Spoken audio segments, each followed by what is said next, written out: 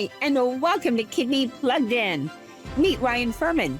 At 25, he received a life-saving kidney transplant from an anonymous living kidney donor. Ryan was 16 years old when he was diagnosed with FSGF, a rare and progressive form of kidney disease. Now, 9 years later, we proudly sit down with Ryan at the Chelsea Kidney Suite in Vancouver, where he is recovering from his recent kidney transplant. So please stay with us to meet Ryan as he shares the full story of his journey from CKD diagnosis to kidney transplant recipient. Next, right here on Kidney Plugged In.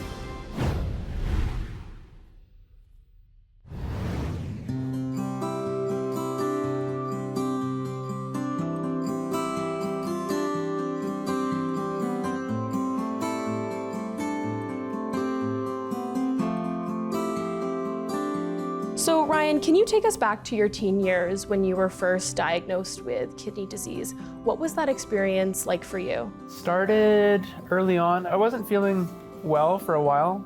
Didn't really know what was going on. Before being fully diagnosed, I was having heart palpitations in Kamloops, and family doctor in Kamloops couldn't really figure out what exactly was going on. And she later sent me to Vancouver Children's, and they were doing some tests there. Ended up being nothing wrong with the heart whatsoever, and instead they found kidney failure with my kidneys being at about 35% function. Wow, and so when you received that initial diagnosis, were you surprised? Did you know anything about kidney disease before you were diagnosed? So I didn't know anything about kidney disease whatsoever. I was only 16, and before that I was doing lots of sports, lots of activities. Like, I never even gave it much thought. Like, I was never in the hospital. That was really the first time I've even been introduced to the hospital, period. So it was a bit of an eye-opener, a bit of a shocker. They also told me that at some point I'd probably have to have transplant, considering being 16, you're only 35% function. At some point you're definitely gonna have to have a transplant. That could be 5 years, 10 years. Your kidney could stay the same and it could last 20 years, but there's no specific timeline on when that transplant may happen. Wow, so you're 16 and you're getting all of this information, and now they're telling you at some point you're gonna have to get a transplant. What was it like hearing those words for the first time? For the first time, honestly terrifying, because I don't know, you see it once in a while, and you never think that's gonna be you until you're the guy in the chair. So it was kind of surreal at the moment. Did you have to make any sort of lifestyle changes, or how did you adapt to your new situation? At the time, I really didn't know what to think, as well as my family too, right? Like, my mom and dad were there at the beginning stages, my brother a lot. We really didn't know how to take it or where to go. I was functioning normal, I guess I'll say. However, there was routine trips down here to Vancouver. The first time I was diagnosed, I had a biopsy and we were here for a little over a week. Unexpectedly, thinking it was just another checkup. So Ryan, as a teenager, you're playing soccer, you're playing basketball. If you recollect on those years, were you still able to play those sports? Did you have to make any changes in your physical activity? I didn't make changes per se, but as the years went on, my energy kind of slowed down, and I probably took it a bit less serious. It was just hard to stay as focused with it. First year or two, I was still doing it lots, still playing all high school basketball, and then I was on a regional team for a few months as well, coming back and forth to Vancouver just for basketball. But like I said, as time went on with that, I just got more and more fatigued. So over time, it became hard to keep up with? For sure. And just, like I said, just started to not take it as serious. And it was harder to take it seriously too when you're not feeling 100%. You sleep at 8 or 10 hours and you wake up and you still feel like you're exhausted. What was it like for you having to pull back kind of against, you don't have the choice, right? As you're saying, you're fatigued and a lot's going on with your health. Definitely fatigued for sure. Trying to balance, friendships, basketball, school. Those are really my priorities at the time. But I like to say I'm not one to play victim, I'll say. So I didn't want to kind of let that stop me from anything. It definitely slowed me down per se, but it didn't stop anything from, continuing on. That's awesome. So Ryan, we were just talking about when you were first diagnosed with kidney disease and how you were navigating that in your teenage years at around the age of 16. Yeah. But at some point you needed to start dialysis. Yeah. Can you take me back to that day where you found out that dialysis needed to begin? What was that like for you? It came a little bit out of left field, not entirely, because my kidney function at that point was about 7%. I got a phone call, and it was on my lunch break actually at work, from a random number. I happened to answer it, and it was a charge nurse from Royal Inland Hospital in Kamloops saying, your potassium is at a dangerously high rate, which could potentially affect your heart. So we need to start you on dialysis either today or tomorrow. And I was like, okay, I guess. I at that point, I didn't have any options, and it was quite shocking and a little bit nerve-wracking as well. I'm just not sure what to expect, right? Yeah, you get a phone call out of the blue, and the next thing you know, you need to go on dialysis essentially right away. What did the remainder of your day look like from there on out? You said you were in the middle of work. Yeah, that was lunch. Luckily, I work for my family, so I went to my mom and just kind of told her, and then she phoned my dad, and we had a family meeting in the office upstairs, just going like, this is happening. We don't have really any choices. It was completely shocking a little bit to all of us. We figured it would happen at some point regardless, but wasn't expecting it to be, hey, you have to start it either today or tomorrow. That was the end of that day, and I quickly started dialysis the next morning at about 10 or 11 a.m. Wow. for the first time. And what kind of dialysis were you on at the time? I was doing hemodialysis. The other option would be peritoneal dialysis. Early on, about a year prior, maybe 8 months prior, with doctors, we had the conversation about which type of dialysis would you like to do. Peritoneal meaning mostly at home on your own, or hemodialysis being at the hospital, nurses around, doctors around. I chose hemodialysis for the fact that I had people I could trust around me to look after it, and I didn't want the burden of kind of doing it myself, having it all there. And that was just my choice. I don't think it's wrong one way or another. Before starting dialysis, I had my fistula done in early September in preparation for dialysis. Obviously hoping we didn't have to use it, but if we did, then it presents itself ready to go, because it does take 6 to 8 weeks to kind of heal before you can use it. As where peritoneal, you get the procedure done and you can use dialysis later that day. Can you tell our viewers a little bit about how often do you have to do hemodialysis? How long does hemodialysis take? Hemodialysis for me and every other patient will be 3 days a week. The days will vary. So I chose to do Tuesday, Thursday, and Saturday. The other option would have been Monday, Wednesday, and Friday. I was doing dialysis from 6 p.m. to 10 p.m. So most of my days between Monday and Friday would be working from about 9 to maybe 4:30, going home, have a quick bite to eat, maybe change, and then head straight to the hospital. So it was a bit of a rush after work to kind of get prepped and it's also a bit of a drive to the hospital as well, right? So that's a lot of time out of your week. Yeah, it's 12 hours a week is what it totals to, really. What was it like for you trying to adapt to this lifestyle where now you're leaving the hospital at 10 o'clock at night? It was a pretty big change. It's not something I've ever done, obviously. During dialysis itself, you feel okay, but by the end of the 4 hours, pretty drained. I experienced quite the amount of brain fog after. Once I was allowed to drive home on my own, the first few times I had quite a bit of brain fog driving home.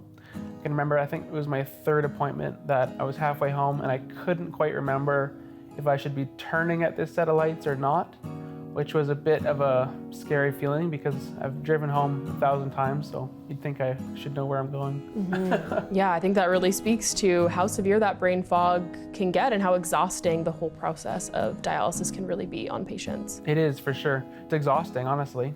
I can remember the first few months, I really felt a lot better, meaning I maybe waited a bit too long to start the process. As time went on, I slowly started to feel a little bit worse, quite a bit more fatigued, and just having a hard time keeping up with just daily routines, daily tasks. Mm-hmm. So there's a little bit of a learning curve going on there where you're feeling, exhausted, you're feeling fatigued, and you, as a young man has a lot going on in his life. So what is this learning curve like for you? It was definitely something to adjust to. It's not something I've ever done. Trying to balance doing dialysis, working full time, keeping up with a relationship with my girlfriend. It was a lot to balance, but I tried to just do what I could. I don't have a choice to do dialysis, so I've just tried to accept the fact that that's gonna happen. That's just another part of the day. So Ryan, you are at this time in your dialysis journey, and at some point you're gonna need a transplant. Yeah. When did the conversation arise with your nephrologist about when or how you would get that transplant? So like I said, we started with the kidney function of about 35%, and that's just kind of been a slow decline over the years. So about a year before I started dialysis was when I hit about 15% kidney function. And that's when the doctors really start to go, okay, things are looking worse and you're more than likely gonna need a transplant sooner than later. So at that point I was like, okay, this is happening, it's real, like it's probably gonna happen sooner rather than later, which was a bit of a, mental struggle, I guess I will say. So Ryan, will you tell us a little bit about your transplant journey? Absolutely, yeah, I'd be happy to. Stay with us because we'll be back with Ryan in just a minute. Thank you for staying with us. We are back here with Ryan, and Ryan, we want to hear more about your transplant journey. So your transplant journey took a little bit of an interesting turn when you, your family, and your loved ones banded together and kind of took the bull by the horns in a sense. Can you share a little bit about what that means? Yeah, so I'll back up just a little bit. We were looking for a kidney donor within our own family for the last 6 or 7 months or so. Mom, dad, and brother all being tested. Some of them were, I'll say, close to being approved, but nothing was, I'll say, a perfect match. VGH and St. Paul's, whoever's doing donating is very specific on the donor, and everything has to be pretty much 100% from the donor perspective. So knowing that necessarily immediate family didn't work out, we started a Facebook page early into dialysis, which at the beginning it was a bit hard to get on board with because I'm not one to put my story like out into the world, and we've always been a family that just, we're gonna figure it out on our own, don't want to have to burden everybody else. I think it's nice too that you're touching upon how you were hesitant to do that, because I've heard from other kidney patients that they're hesitant to put their story out there and feel like they're making this ask to the community, but it is actually a really good way to find a donor. Yeah, I think honestly now with the way the technology is and the way the world's going, one of the only ways in my opinion is to put yourself out there, whether that's Facebook or anything public, news articles, paper, whatever you can do to get yourself out into the world. At the beginning that was a little bit uncomfortable for me, but as time's progressed, I've done some interviews, talked to lots of people, so it's becoming more and more comfortable to kind of share that story. So originally starting on when that right before that Facebook page was really active, it was immediate family saying, mostly, I'm gonna say my mom, saying, we don't have a lot of other options if we're not a match. We need to be pushing this on some sort of platform. And that's when she originally made her first Facebook post about me needing a transplant and a kidney from somebody, which is obviously not an easy ask. And I wasn't exactly comfortable originally to have my photos and info and all that stuff put online. But as time went on, it was like, this is the right thing to do. This is helping, myself and hopefully somebody else that's looking for a kidney donor as well. Yeah, by sharing your story, you're really advocating for yourself. And not only did it, of course, end up working in your favor, but hopefully you're also, as you said, inspiring others to feel comfortable sharing their story and being a self-advocate in their own kidney journey. Absolutely, yeah. We were told right from day one, and it's absolutely true, that you have to be your own advocate for yourself. There's lots of people willing to help you along the way as far as doctors and stuff, but you have to start the process on yourself because no one's gonna do it for you. So you had family members that were testing to be living donors for you. And as you said, they weren't the perfect match. I know for them it was heartbreaking because obviously they want to help me as much as possible. But I was under the impression that one way or another, we were going to find a donor, whether it took, a year, 6 months, or 5 years, that at some point it was going to happen. And I was kind of determined for that to happen. So it wasn't easy at the time, but I looked at it and said, okay, well, there's going to be people that aren't a perfect match. That's okay. Just got to keep moving forward. That's really inspiring, Ryan.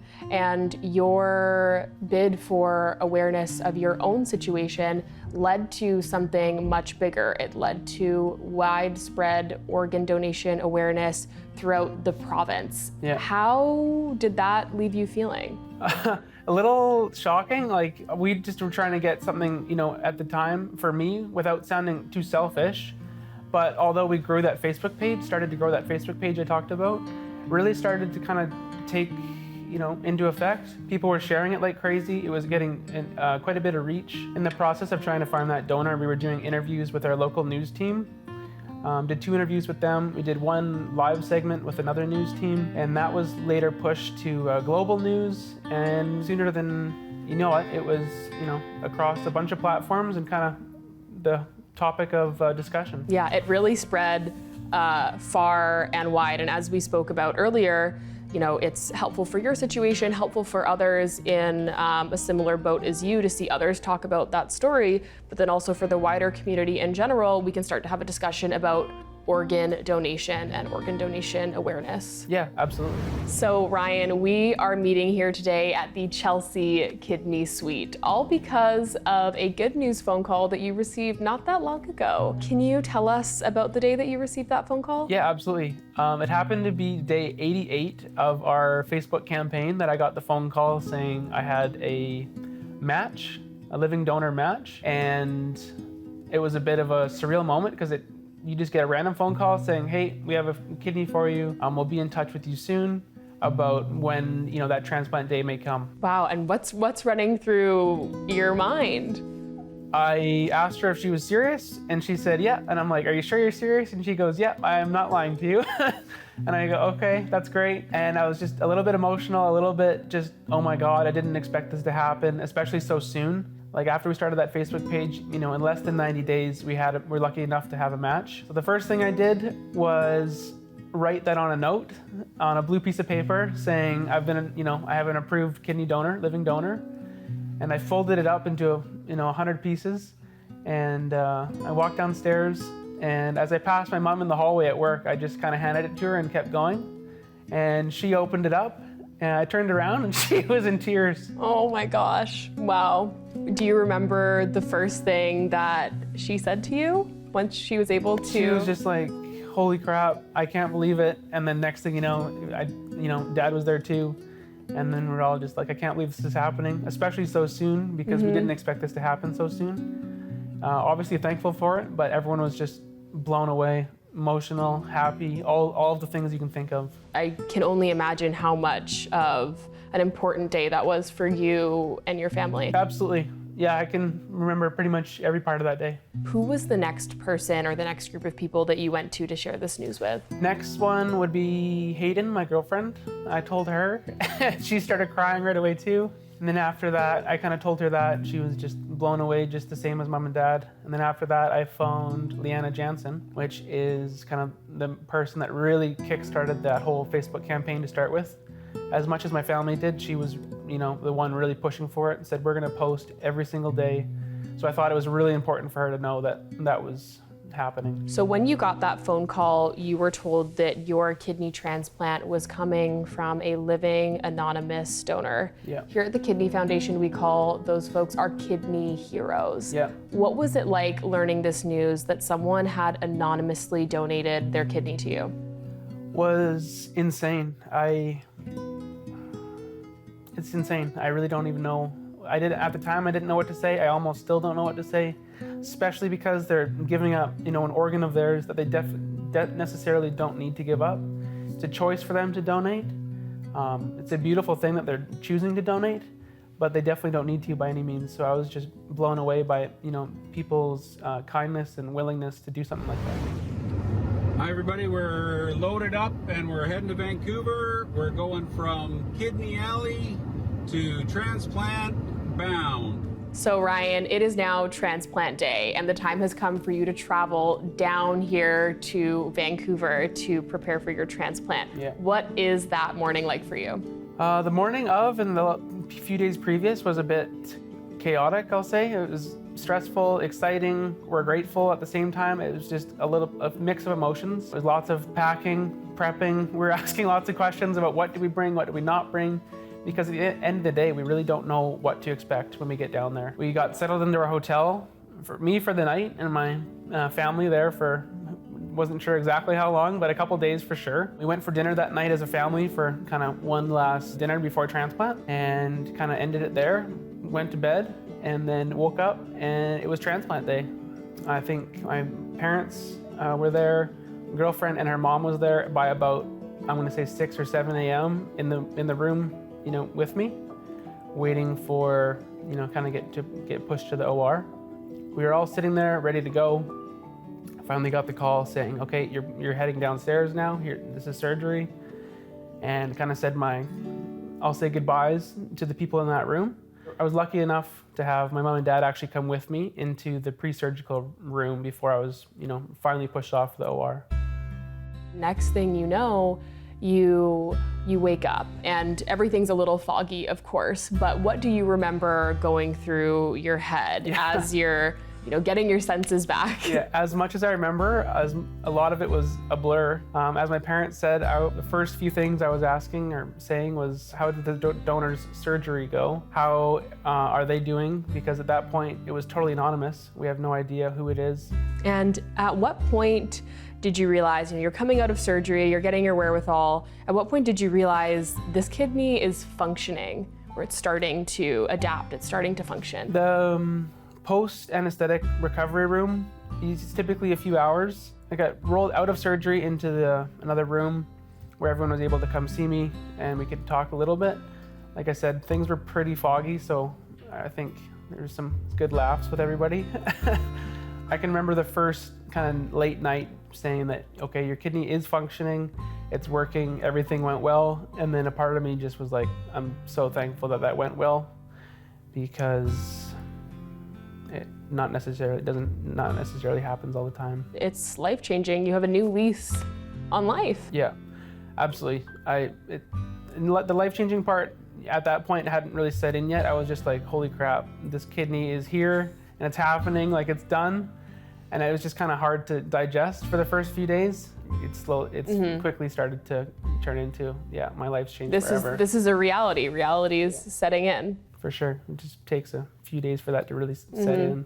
Of course. You come out of surgery and now you're in your initial phase of recovery. Can you tell us, what was recovery like for you? How many weeks out are you from recovery today? Today we're talking about 6 weeks. I can remember vividly those first few days in hospital were quite rough, to be honest. Lots of painkillers, but also lots of pain. Wasn't feeling great. Lots of sickness. That slowly started to become better. I can vividly remember as well day 2 being better than day 1, and then day 3 being better than the last day.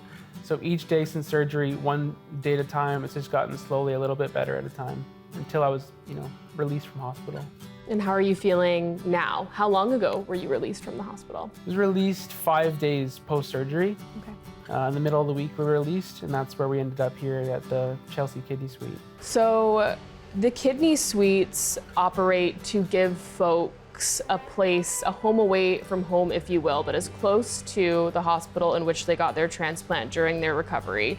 Can you tell me a little bit about what it has been like having this suite available to you during your recovery, and what challenges may you have faced if you weren't able to stay here or stay so close to the hospital or need to look for accommodation? Yeah, I honestly truly think it's a game changer for a few reasons, but financially, because if it wasn't for a Chelsea Kidney Suite, more than likely we'd be staying at a hotel.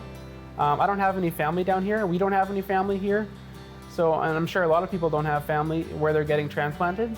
So I think having something like this Chelsea Kidney Suite, or the kidney suites in general, is beneficial for a lot of people and not just me. The first 3 weeks, we're doing clinic visits at VGH twice a week. I'd be going on Tuesdays and Fridays. Those clinic visits entail getting blood work at about 7 a.m. when the lab opens.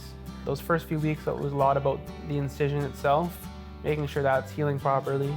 After 3 weeks, you can start doing your clinical visits once a week, which I've been doing now for the last few weeks. Wow, okay, so even though you're no longer staying at the hospital, you're still making routine visits to the hospital. So I can see why being so close to the hospital would be really beneficial during your recovery. For sure. Have you had family visitors? Have you had friend visitors? I've had lots of visitors, almost all of them being close family. Mom and dad, my brother came down for a weekend. The first 2 weeks, Hayden was here actually with me. She was able to take a month off work so she could be here for the first few weeks. And then she would go back and my parents would come here, and she would go back and my parents would come here and just kind of look after things.